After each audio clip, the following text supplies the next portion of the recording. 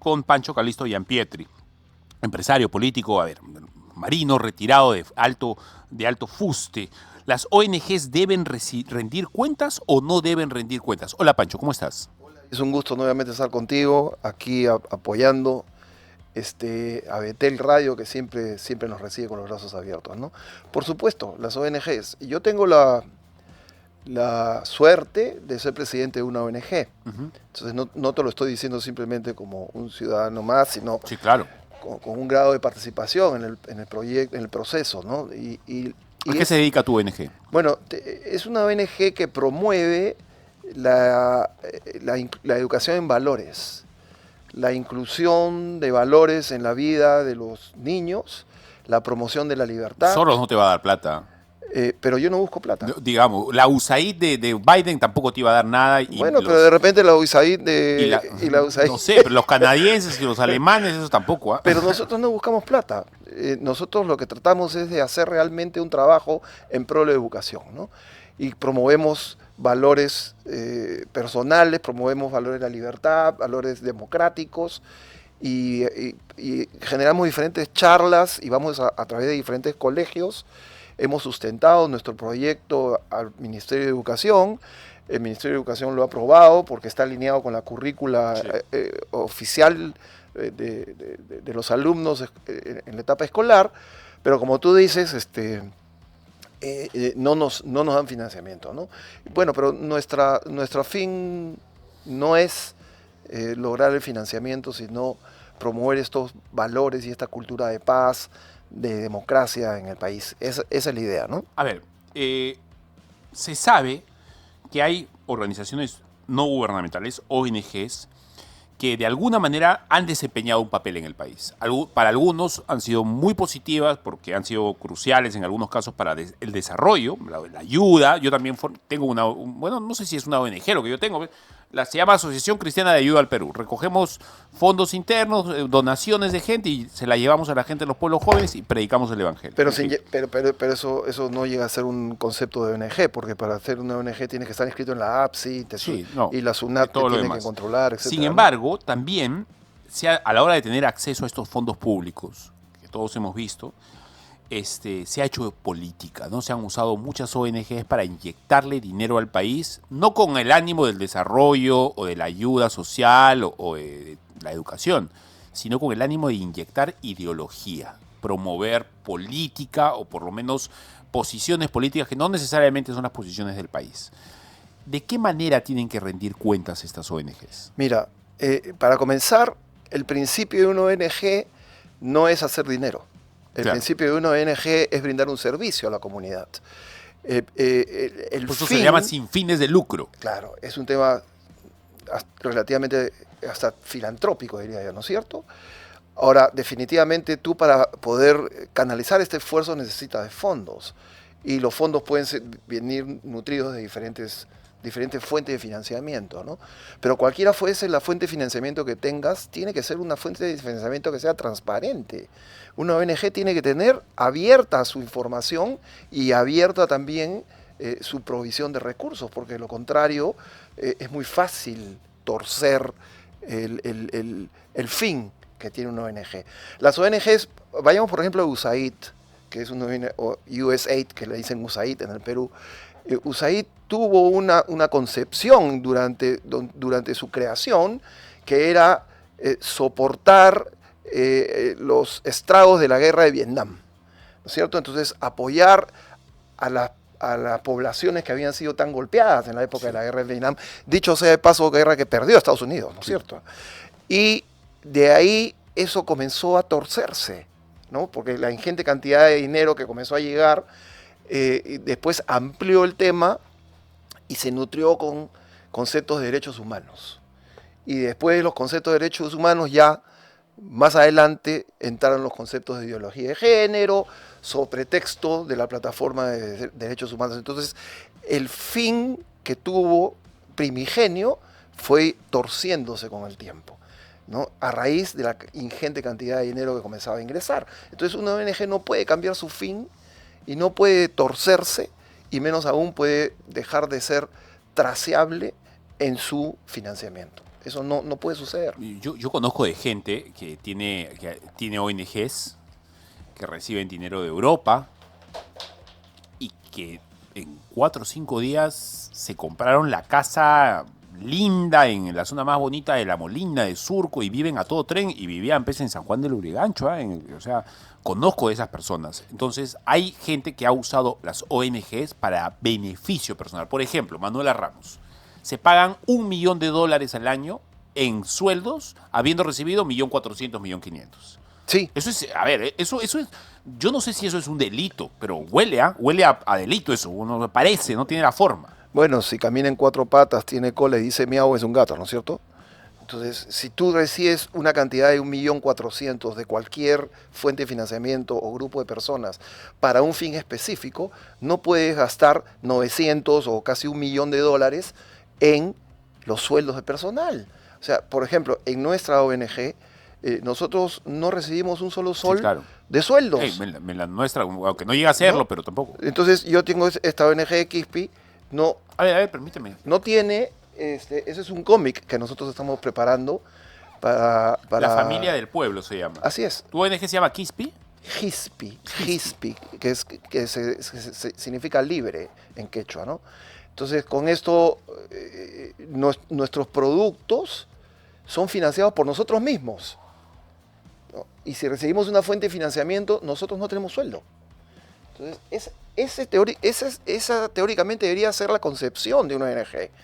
Tú generar y dar tu trabajo para el beneficio de la sociedad, no para beneficiarte tú mismo. No puede ser que recibas $1.400.000 al año y tu planilla sea de $1.000.000. Pues eso no tiene ningún sentido.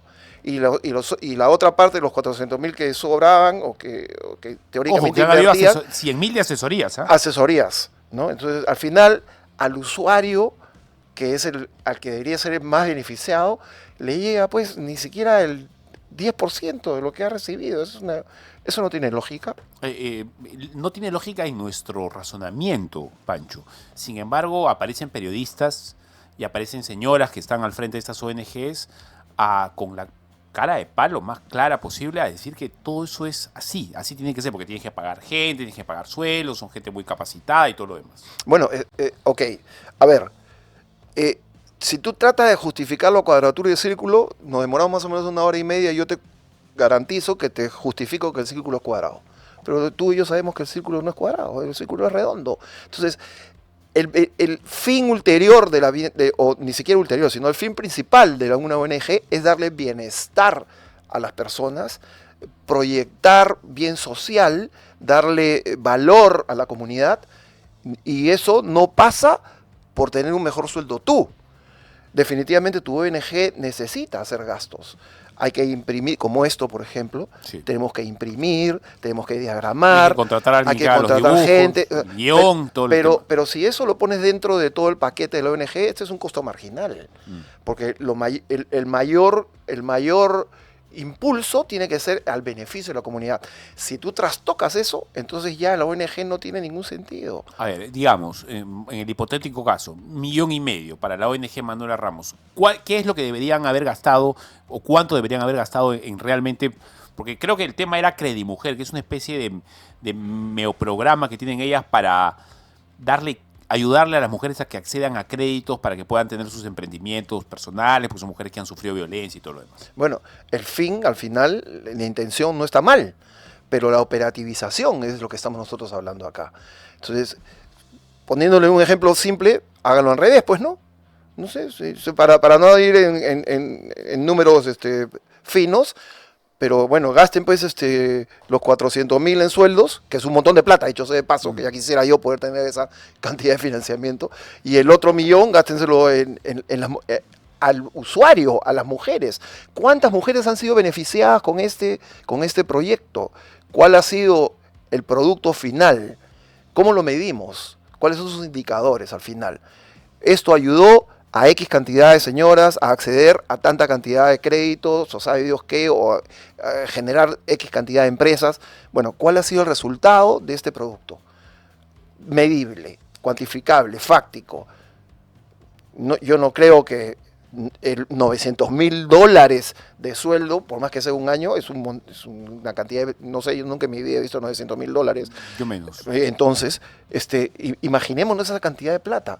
Al final, ¿cómo ha revertido esto positivamente la sociedad en las mujeres afectadas, que son las que tenemos que ayudar? Bueno, solamente para terminar ese tema y pasar al siguiente, porque quiero conocer la opinión de Pancho Calixto Giampietri, que está con nosotros aquí sobre las elecciones en Ecuador. Están a punto, están al borde del precipicio. Es como que cada 5 años los países en Latinoamérica tienen que jugarse el precio de la pesadilla, ¿no? Eso es lo que está pasando en Ecuador. Solamente, a ver, al ver los sueldos que se han pagado estas señoras y que lo han decidido así ellas mismas, ya ves la catadura de gente que está metida ahí adentro, ¿no? La madera de las personas que están ahí, ¿no? Y no solamente eso, sino utilizando una sombrilla. Utilizando una sombrilla que le da un viso de legalidad al asunto. Culebras, serpientes, eso es lo que parece ser. Entonces, podría ser de repente, no lo sé, no tengo el detalle, pero estamos simplemente especulando. Podría ser legal de repente, ¿no? Sí, no, es que probablemente lo es. Podría ser legal de repente. Y yo no estoy acusado de que sea legal o ilegal, el tema es que es inmoral. ¿Pero es legítimo eso? Es inmoral pagarse tanto cuanto hay otras cosas que puedes hacer. Es inmoral para mí, es ilegítimo, porque por más legal que pueda ser, entre comillas, o se le pueda dar con todo el pool de abogados que debe tener, porque para recibir $1.000.000 puedes comprar un montón de abogados para que te defiendan, ¿no? Sí. Y al final salir bien parado del asunto, pero al final ese era el fin de la recepción de todo este dinero. No. Bien. Pancho, hemos preparado un informe aquí en Hora Punta sobre un perfil de quién es Luisa González. A ver, la correísta, la socialista, la pro Chávez, pro Maduro, pro Correa, pro Evo Morales, pro Nicaragua, pro Cuba, que ha pasado a la segunda vuelta en las elecciones presidenciales de Ecuador que han ocurrido este domingo. A ver, el otro es el presidente actual, el señor Daniel Noboa, que santo no es tampoco, pero es un hombre más o menos centrista, de centro, etcétera. Y la segunda vuelta se viene complicada. Con el 99% ya de las actas escrutadas al día de hoy, Noboa tiene el 44% y ella, la correísta, la socialista, tiene el 43%. O sea, están ahí. ¿Te parece si vemos el informe y lo comentamos? Bueno, pero por supuesto. Adelante. En un país marcado por la incertidumbre y la polarización, Ecuador se enfrenta a una de las contiendas más cerradas y cruciales de su historia reciente. Daniel Noboa, el actual presidente, quien busca su reelección, y Luisa González, la candidata del movimiento Revolución Ciudadana. O más bien, ¿deberíamos llamarla protegida del expresidente Rafael Correa? Ambos disputarán una segunda vuelta electoral este 13 de abril, fecha clave en la que se decidirá si Ecuador avanza hacia la continuidad o hacia un cambio radical los próximos 4 años. ¿Quién va a gobernar entonces realmente? ¿Es Luisa González o es Rafael Correa el que va a gobernar? Rafael Correa es parte de la Revolución Ciudadana, es un líder histórico, él es un hombre inocente. Yo lidero y conduzco mi campaña, mi plan de gobierno, mis propuestas. Quien gobernará será Luisa González. Noboa, con un 44,7% de los votos, se enfrenta a una Luisa González que le pisa los talones con un 43,9%. La diferencia estaría siendo un aproximado de 45,000 votos al cierre de esta nota. El pueblo está muy dividido, la pelea está muy reñida, casi en 15 provincias de la sierra, más que todo, ha sido el territorio, el lugar donde el candidato Daniel Noboa pues, ha adquirido mayores puntajes, y lo que es la señora candidata Luisa González, en toda la parte costa ecuatoriana, ella ha sacado un margen pues muy amplio. Mientras el actual presidente se presenta como el garante de la estabilidad en tiempos de crisis, su contrincante intenta recuperar lo que considera el legado de Correa, presentando una agenda de izquierda. Pero, ¿realmente Ecuador puede darse el lujo de revivir el correísmo? El pueblo, ¿no? O sea, ella no presenta unas propuestas claras, unas propuestas sólidas, una propuesta que digamos, pues nosotros sí está esto y esto hay que hacer. Sí, ella se acoge de lo que Correa hizo en años anteriores.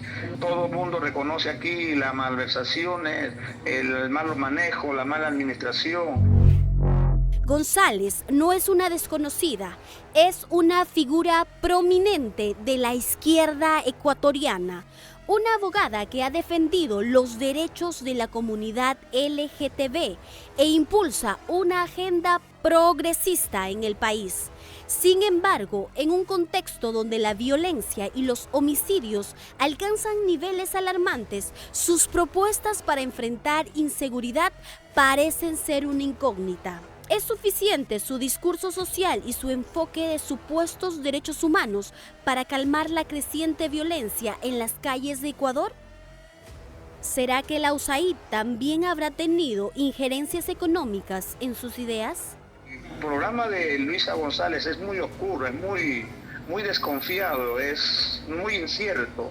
No da una seguridad, es más que ataques, es más que recordar el pasado. O sea, no hay una propuesta clara que podríamos decir, sí, es una buena candidata. No. Ecuador necesita más que promesas vacías, necesita respuestas contundentes ante la inseguridad, la pobreza y la desconfianza que plagan a la sociedad. Los ecuatorianos deben reflexionar profundamente sobre qué futuro quieren, seguir por el mismo camino con los riesgos de la continuidad o lanzarse a un cambio que podría transformar, pero también fragmentar aún más el país.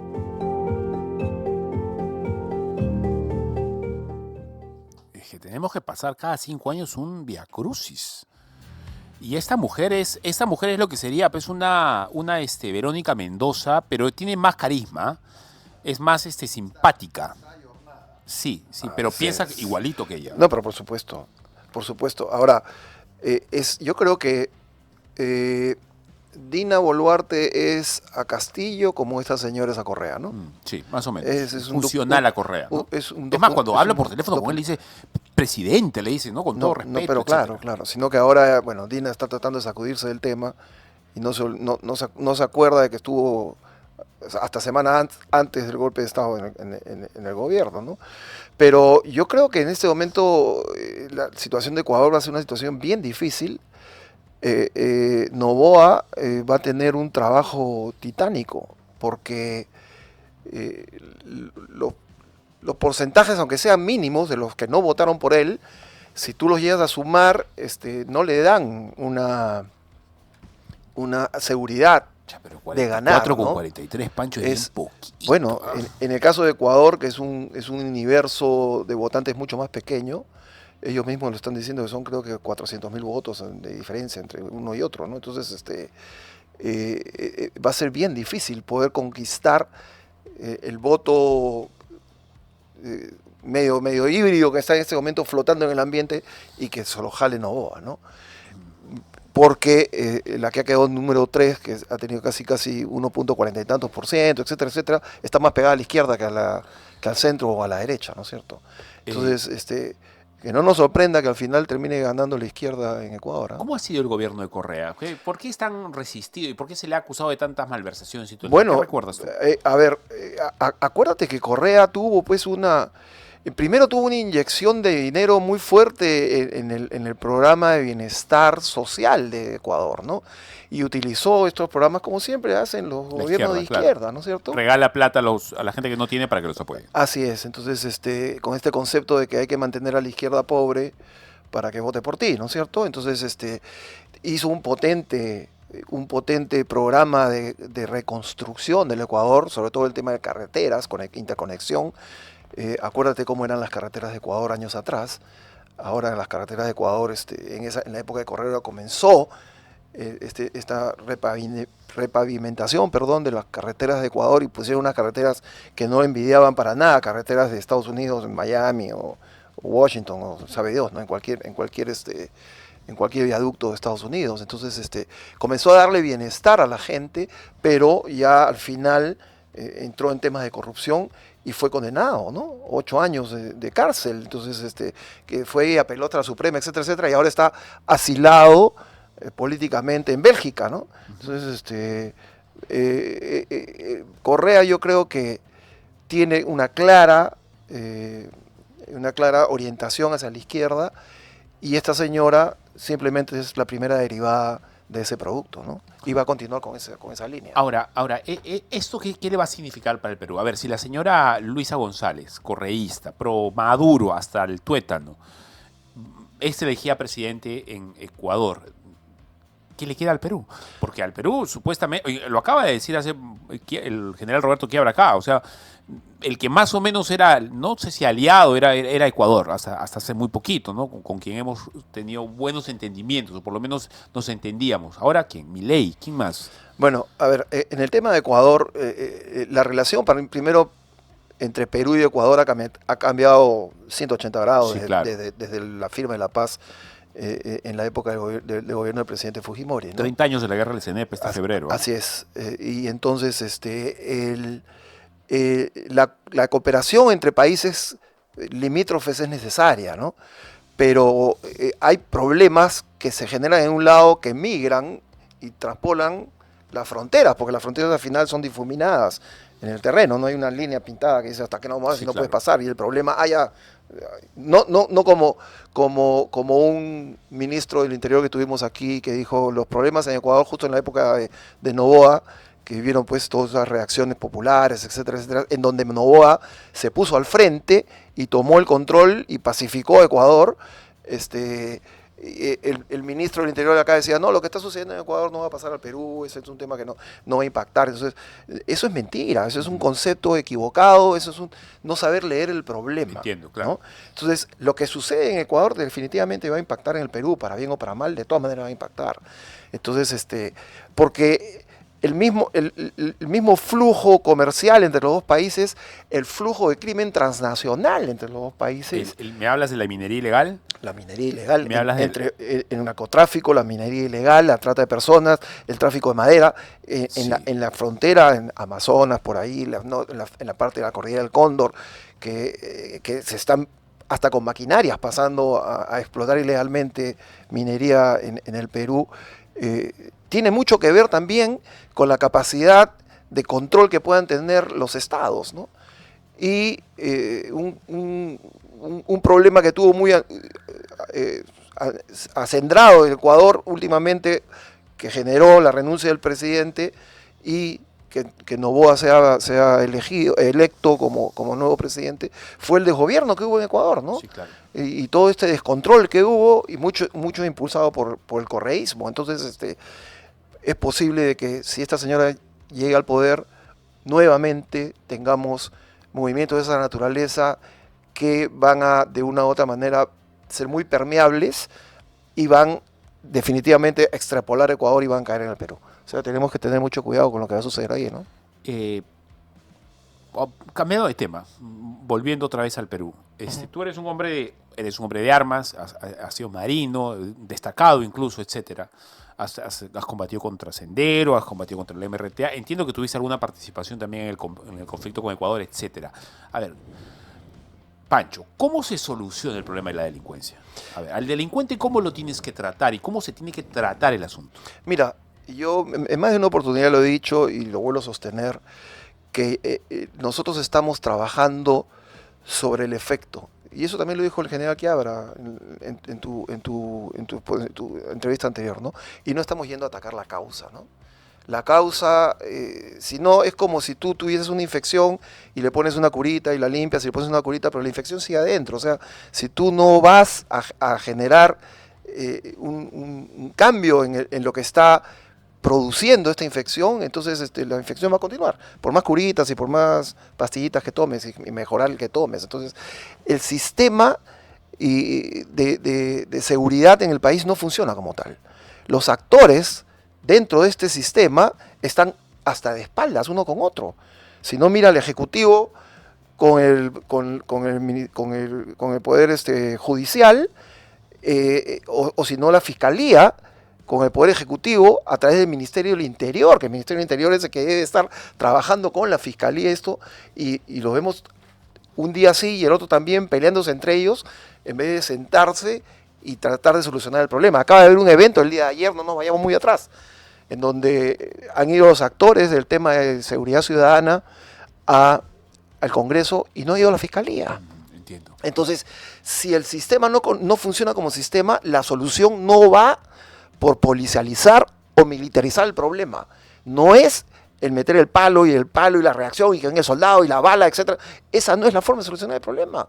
Porque al final tú lo vas a solucionar mientras que el actor esté presente ahí. Pero una vez que la Fuerza Armada o la policía se retira de la zona, si las condiciones no están dadas, otra vez ese espacio va a ser cubierto u ocupado por el crimen, por la